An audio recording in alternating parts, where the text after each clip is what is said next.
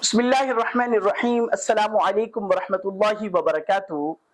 حج کے حوالے سے مختلف موضوعات پر گفتگو چل رہی تھی۔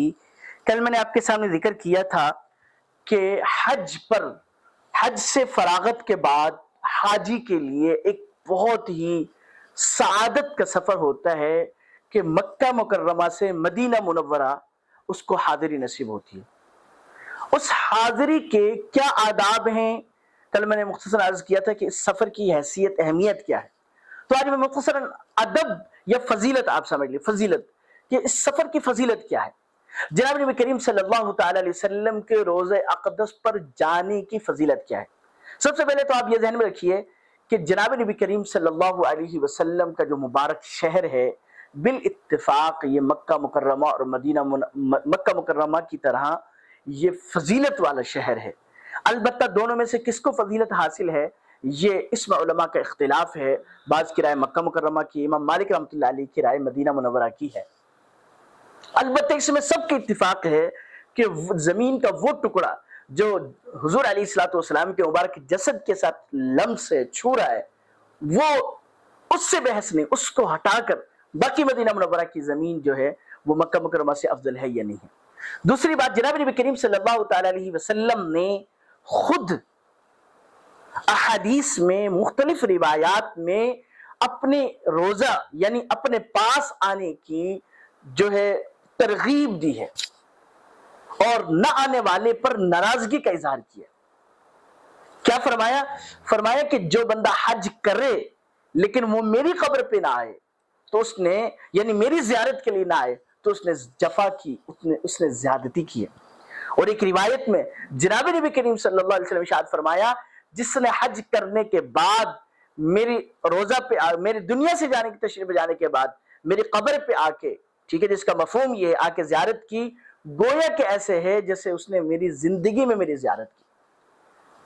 ٹھیک ہو گیا۔ اسی طرح جناب نبی کریم صلی اللہ تعالی علیہ وسلم نے ایک روایت میں ارشاد فرمایا کہ جس نے میری قبر کی زیارت کی وہ کل قیامت کے دن اس کو میرا پڑوس نصیب ہوگا۔ اور ایک روایت کے مطابق آپ صلی اللہ علیہ وسلم نے اس شخص کے لیے سفارش کو واجب قرار دیا ہے جو جناب نبی کریم صلی اللہ علیہ وسلم کے روضہ اقدس پر حاضری کی سعادت حاصل کر لے۔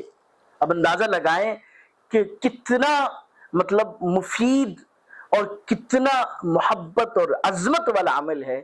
جناب نبی کریم صلی اللہ تعالی علیہ وسلم کی قبر کی زیارت کی نیت سے، مسجد نبوی کی زیارت کی نیت سے بندہ مکہ مکرمہ سے مدینہ منورہ جائے اور ایک تو دلی راحت نصیب ہوتی۔ جی ایک صاحب جو تھے، جو اگرچہ حیات نبی صلی اللہ علیہ وسلم کے قائل نہیں تھے، لیکن جب وہ روضہ اقدس کے پاس گئے نا، اس کے بعد کہنے لگے، قسم کھا کے کہتا ہوں کہ یہ وہ جگہ ہے جس جگہ پر جا کر دلی کیفیت بدل جاتی۔ ہم تو جو ہے دل کی جو بصیرت ہے، دل کی آنکھیں ان سے اندھے ہیں، جو اللہ والے ہوتے ہیں، جن کی بینائی، دل کی بینائی روشن ہوتی ہے۔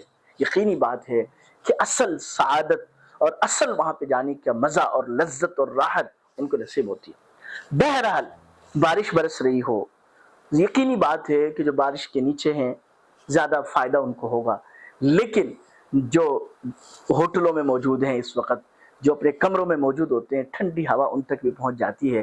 اس لیے میرے اور آپ کے لیے اگرچہ ہمارے پاس وہ بصیرت والی آنکھیں نہیں ہیں، لیکن یقیناً پھر بھی کسی نہ کسی درجے میں اور کچھ نہ صحیح یہ سعادت ہے تو ہمارے حصے میں آنے کی امید ہے کہ جس قبر کی زیارت کی، جس نبی صلی اللہ علیہ وسلم کی، اس کے لیے سفارش ہوگی، اس کو پڑوس نصیب ہو گیا۔ جی، اور گویا کہ ایسے ہے، حج کے بعد کے الفاظ ہیں کہ گویا کہ اس نے زندگی میں زیارت کی، اور کتنے خوش نصیب تھے وہ صحابہ جنہوں نے زندگی میں زیارت کی۔ تو میں انشاءاللہ کوشش کروں گا کہ مدینہ منورہ میں کون کون سی جگہ ایسی ہیں کہ جہاں پر اور کیسے ہیں آج کے اعتبار سے کہ ان کی زیارت کو جانا چاہیے۔ اللہ پاک مجھے اور آپ کو صحیح سمجھ نصیب فرمائے۔ السلام علیکم ورحمۃ اللہ وبرکاتہ۔